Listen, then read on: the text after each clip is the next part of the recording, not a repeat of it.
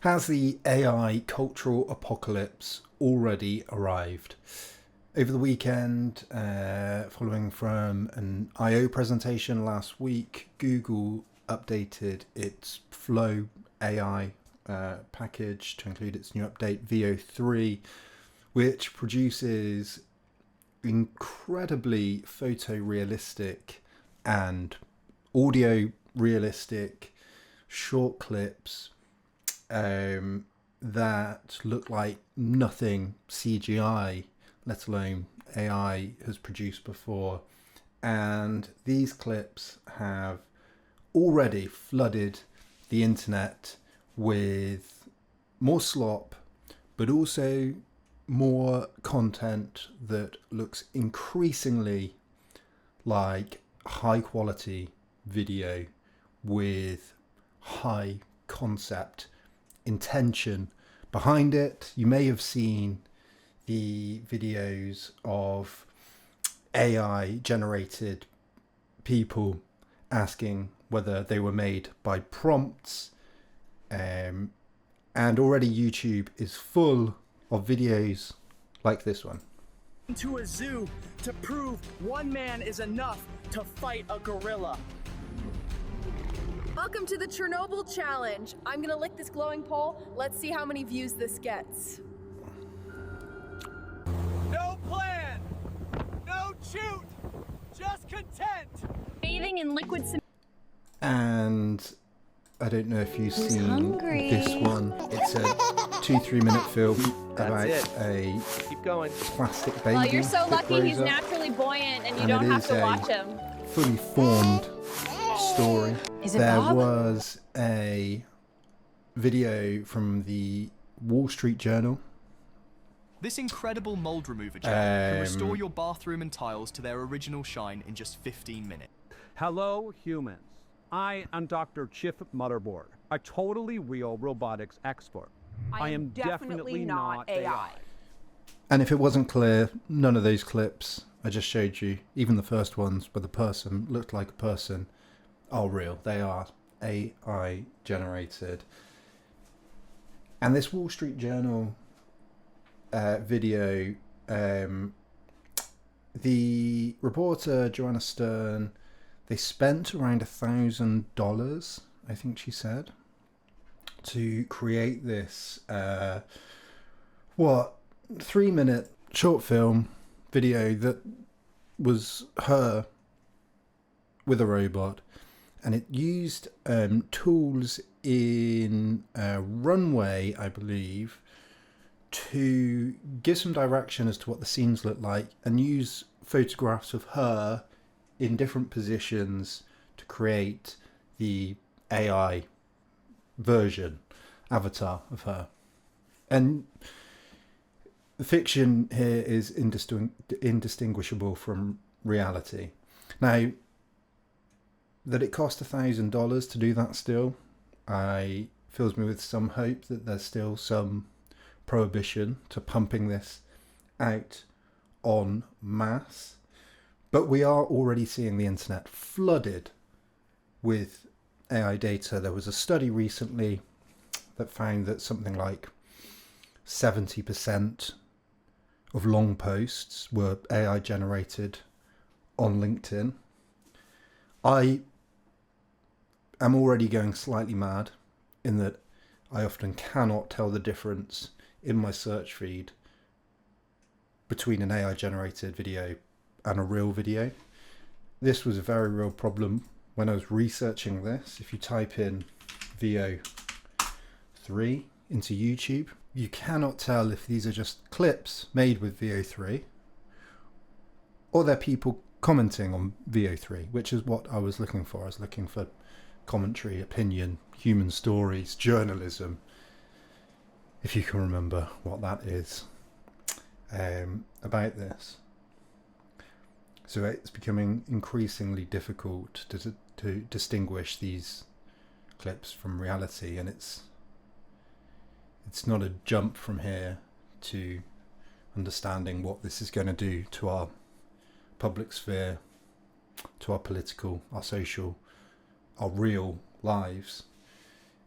And for the first time, I've gotten very worried about this for my own future as someone who makes content on the internet, and for our social future when it comes to jobs being replaced, which is already happening, already being reported by many big companies, Duolingo, Microsoft. Lots of companies reported that they won't be rehiring thousands of workers because their jobs can be done by AI. All of this, if you've seen the Will Smith video of him eating spaghetti a few years ago through to today, in about 5 years, we're going to live in a world that is completely different, I think, to today.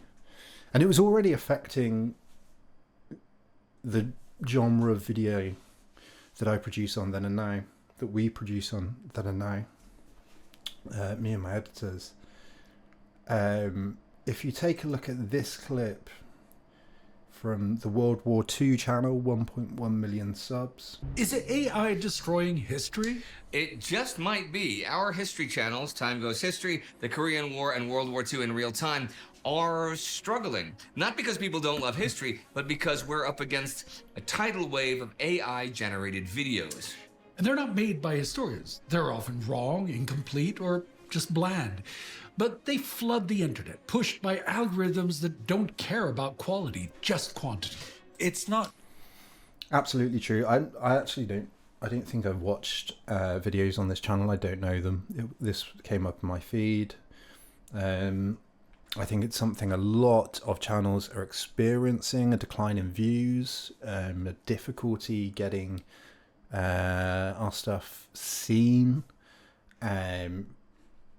If you take videos like this was even before the VO3 update, and I was working on something about the slop machine, the production of low quality content, the flooding of the internet of trash, mass produced, lowest common denominator, designed to cater to lower impulses and clicks and views and shares. And as I was writing this all happened. But something like this, you've probably seen something like it. Adolf Hitler do to people who weren't white? According to most news and historians, Hitler was a racist who promoted hatred against non-white people in Nazi Germany. But what did black individuals who actually went to Nazi Germany think about how they were treated? During the Berlin Olympics in 1936, the famous... Anyway, the content is not the point. The medium is the point, the message. This, obviously, entirely AI-generated clip has been watched 6.8 million times and liked 305,000 times, despite very clearly being made by AI. And I say very clearly because I assume that people see that it's very clearly made by AI, but I'm not sure. Maybe older generations, maybe people not plugged into the internet assume that's a real voice. I don't know. You tell me. I think at least younger generations do know, but then that leads to the bigger question of, are people going to care? And I think the reasons people do care at the moment are twofold. One is that AI still hallucinates a lot. It produces text, responses, and now videos that mix up truth and illusion and will tell you something is accurate that is not.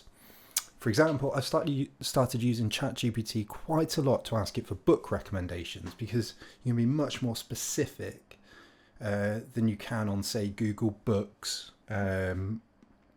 or a Google search, or going through Good Books or Reddit or whatever, or Google Scholar. You can say, let me just try and think of something I've looked at recently. I'm looking for the best books on the topic of how fascism was financed in its early through to its mid years and whether there's a case to be made that it was the tool of capitalists, as leftists argue, or it's more true, as is commonly held now, that they were largely funded by lower middle class sponsors who were fearful of communism, and then only begrudgingly financed by big industrialists in Nazi Germany, for example, as they became in the ascendant, as they were as the alternatives fell away. You can craft something very specific like that, and it'll give you an incredible response. And then I'll see a book and an author and a little description, and then I'll go to Google and try and find the book. And I often find that it's mixed up two authors' names, or it's combined two books. And almost every time there's one or two, these books just don't exist at all. So I am using it more just to ask it quick questions, but it still requires double checking. I always ask it for sources.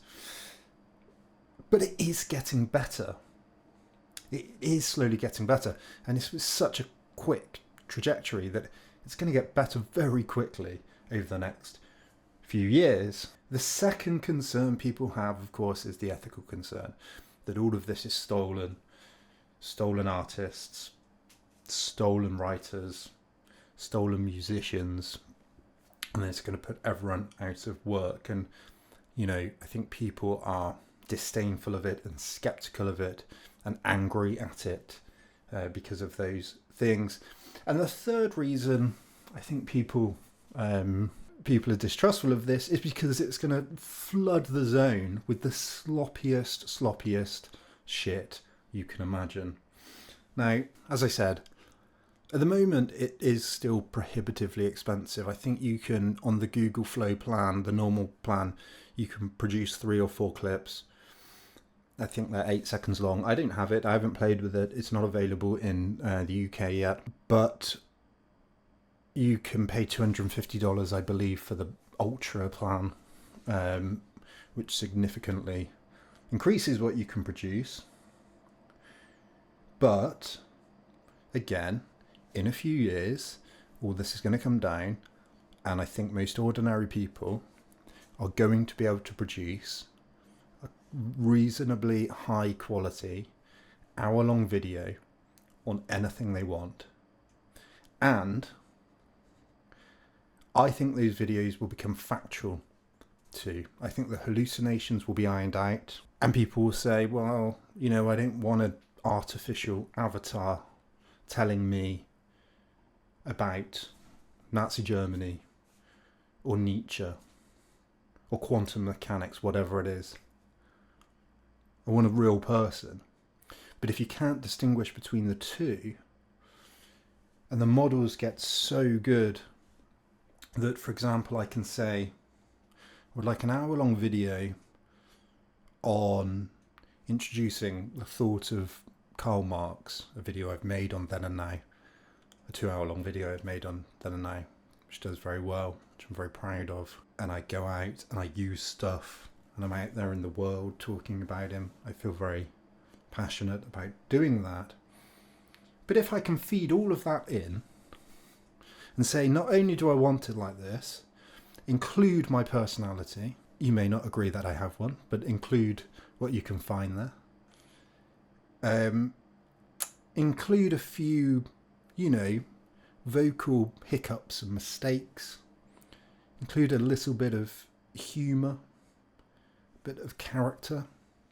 Plus, include clips that are dramatisations of key sections of Marx's life. Go back to 19th century Germany and London. Go to 19th century industrial Manchester. Include the best abstract graphics that will translate the complex ideas into digestible videos as best as you possibly can. It's going to be able to do that. And people with the means and the resources will be able to pump out, say, 30 different versions of that, 2 hours long each, Or we'll make movies out of scripts they've bought or that AI has produced and pump out 10 movies on a YouTube channel in the space of a week, and then pump out 200 shorts to promote it. And again, if you can't distinguish it from reality, if people want it, which they clearly do, because 7 million people and 350,000 people have liked this, it's a future that I'm increasingly fearful of, and I think we all should be. I've recently had the strange experience of mourning a skill that was rare until 2 minutes ago. You know, over decades I honed the skill of sitting for 2 to 3 hours every morning and reading and highlighting and taking notes and then collecting it all together, seeing what I've missed, researching more, highlighting, taking notes, walking, thinking, and then writing. And value in the world is determined, I think, by how rare something is a lot of the time, in lots of different ways. And abundance is the opposite of value. You know, if everyone can do something, if AI can produce it all at such dizzying speeds, then what you have is no longer valuable. And in just a few short years, that value, I think, has been diminished. And this, I just think of myself blind to this a few years ago, happily going along, thinking this is great, I'm going to be doing this for the rest of my life. How lucky I am to be able to sit and read and write. How difficult do most people find it to sit and read and write? I'm going to be fine. And now something comes along that will probably do that better than you. Now, maybe I'm being hyperbolic. I hope that's not the case. I hope I retain some features of my humanity that can be directed through reading, thinking, writing, talking to you. I hope we continue to be able to distinguish between ones and zeros and flesh and blood. But I'm not sure. I'm increasingly not sure. You know, if you're a corporation, if you're Coca-Cola, you'll no longer need ad people and marketers, or not to the same volume, because what you'll do instead is have an elite selection of ad people and marketers producing, not adverts, but 1,000 movies, say.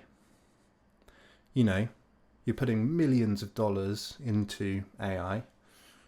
Every week you're producing 1,000 movies that are perfect at subtly demonstrating the appeal of Coca-Cola, with the best psychologically informed product placement. You know, an unconscious undercurrent that is designed to entertain and to procure sales from you at the same time. And corporations, I think, will produce this kind of stuff again at such an extent that it will just flood the internet with it. We'll be inundated, and there'll be so much that you'll always find one that appeals to your own biases, desires, prejudices, that you will just not help be able to click on and watch. It will just draw you in. And that means there's going to be a huge inequality question here. Because I've said before in our long video of AI on Then and Now, the question is not what AI can do, but who it can do it for. And huge corporations, huge businesses, huge media conglomerates with the resources will be able to outcompete everyone else. And smaller, you know, whether it's contractors or artisans, I think will be increasingly, or media people like myself will make it will be harder and harder to get heard and get seen because of the mass and the economic power of the companies that are using this stuff to, the flood metaphor is a good one, but to saturate the attention economy to such an extent that they are unignorable. You know, I think the means of production is a good metaphor. He who controls the means of production. You could see in 19th century Britain in particular, but I think this was quite a global, or at least Western phenomenon. At first, the printing press produced a plurality of publications and pamphlets and thoughts, and that slowly got squeezed out by commercialization, by centralization, by the big newspapers having the best presses, the steam presses, the advertising network, the network of reporters, the flashy gimmicks, the colour, the photographs, all the rest of it, and everything became centralised. And as I talked about in the mainstream media video, this is already happening on YouTube. You know, who do you see, even if you don't subscribe, if you're an online person, even if you don't subscribe to them or like them or watch them, can you escape from Chris Williamson, Joe Rogan, Elon Musk, Diary of a CEO, Tim Pool, Russell Brand? I mean, as these type of figures, often ones that play to popular appeal, get bigger and bigger, they invest more and more. I saw a Diary of a CEO clip the other day where he said the $200,000 tech that all creators need, $200,000 that all creators need.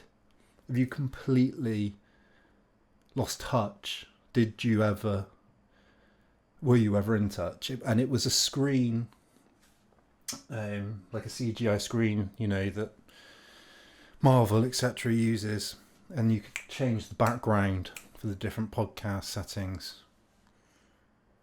And the big media companies are going to be able to use this stuff more and more, and it will saturate the market.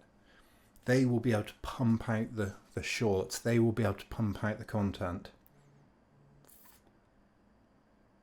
And I think saturation is in some ways key to YouTube's success. The amount of videos you produce correlates with how well you do. That's very sad. I think much more than quality.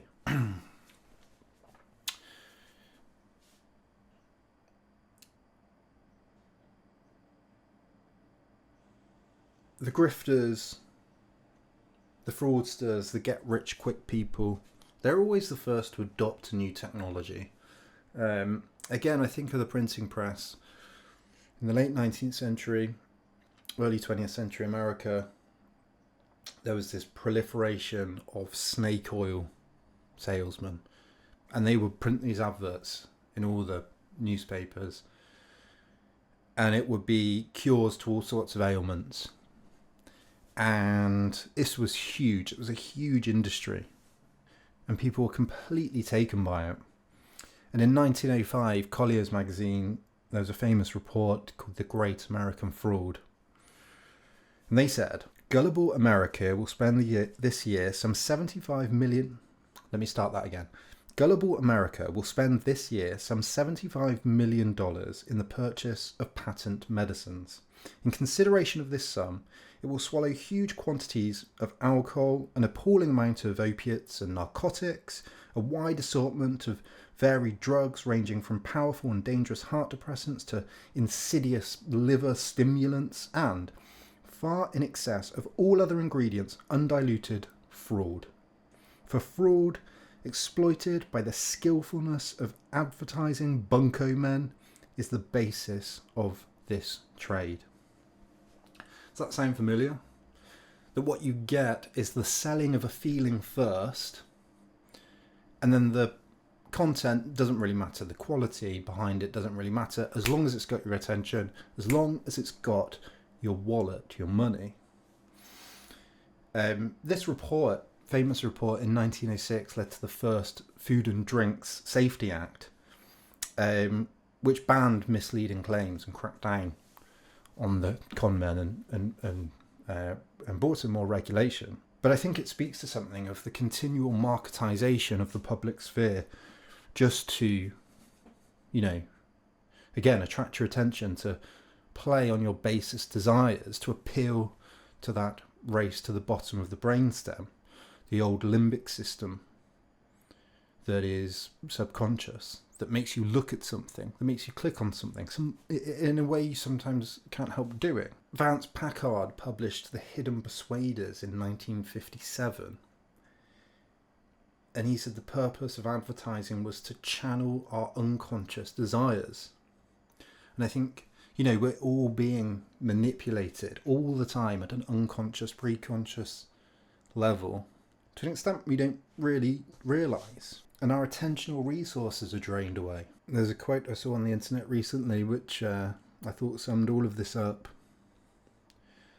This idea that the internet is really the summation of this marketization of society that's been happening over the past 200 years.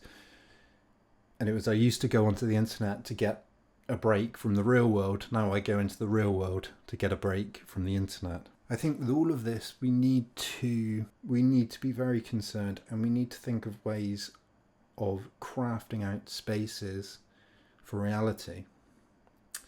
Reality can exist online. Jonathan Rauch wrote a book called The Constitution of Knowledge, in which he talks about reality-based communities. And we think of truth as this one-to-one correspondence, I think, that's quite individualistic. I am looking at this, I am checking this, I have the evidence to prove this. But Rauch makes the point that the way science took off, again over the 18th, 19th centuries, was not in an individualistic framework, but was in a communal framework of checking each other's work, peer review, academics checking each other, scientists checking each other, the media checking this, politicians checking the worst excesses of it, the media checking the politicians, scientists checking the media.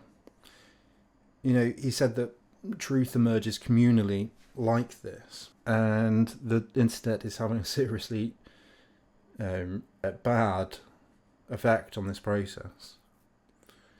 Of course, reality exists on the internet with this network of checking in certain places, in communities of trust, places where sources are backed up, where it's linked to, scholarship, say, through Wikipedia. If it's based on a publication shared on Twitter that we place some trust in. Community notes, I think, is a good thing on Twitter, on X. And I'm not for kind of institutional fact-checking and control top-down, but we need ways to retain our grasp on reality, and that's the only thing that's going to mitigate this flood of mass-produced fantasy. And we haven't even got to misinformation yet. I think that's just implicit in all of this. Misinformation, propaganda, and distraction. And I think the obvious thing that I just think will have to happen, and maybe I'm being naive that they'll do this, but I think it just has to happen either through platforms doing it themselves or through government regulation, is that any content that is generated by AI that gives the impression that it's real is at the very least labelled. And you do have to label it on YouTube at the moment if you upload it, but I can't see from anything here that label has gone into effect anywhere. So at the very least it should be labelled, but I think it should be on a separate feed. We're not going to be able to escape it if it can make high quality stuff in 5-10 years time, if it can make an entire movie, but we need to be able to know what's real and what's not. So 2 separate feeds. I don't want to see AI stuff in my normal search, my normal recommendations. I want to be able to click and look at it separately. And then, I think the big thing is going to be inequality. It's going to continue to get worse, and this is going to heighten it. And not only an inequality between the people who have enormous AI resources and the people that don't, but I think between America and the rest of the world, more and more. There's no, every time you use Google, YouTube, Instagram, ChatGPT, you make a payment on your phone, you use an app, that's money being sent to America. And I don't see any real national desires, here at least, to replicate it or say, you know, why are we relying on this when we could create our own version? I mean, that is what happened during the Industrial Revolution. No one thought, oh, Britain's ahead, so we might as well just use all of Britain's cotton for the rest of our lives. No, they did protect their own industries with tariffs, and they did try to replicate. And I think it's, you know, with every tiny bit of money, every click, every little subscription going across the Atlantic, obviously that's just going to increase. And this being where all the growth and innovation is, that's obviously just going to increase inequality more and more. China can try and replicate it. There's no network effect really on the same level as, say, Instagram and Facebook, where the difficulty with saying, you know, if you're a Brit, say, you're quite keen on British farm, you know, you can be quite patriotic about eating British food, eating local. But this doesn't seem to translate into digital tools. And I think it should, because that would be a great way to diversify the internet. The problem with Facebook and Instagram and the rest of it are the network effects. You want to be on the same network. I don't see that applying so much with AI tools. But again, this is where I think interoperability is key for overcoming the issues we're having with social media, so that you can plug in different networks, which also reminds me, I will be joining Blue Sky this week finally to see what's going on there. But I think the main takeaway here, without going more into policy and ethics, which I'd like to at a later date, is that we have to craft no AI zones where we know what's real. And if we don't do that, we are going to be taken off into a fantasy world, more addicted to our digital lives, more disconnected from each other and facts and reality, and drift further into social, economic, cultural division. I'll see you next time.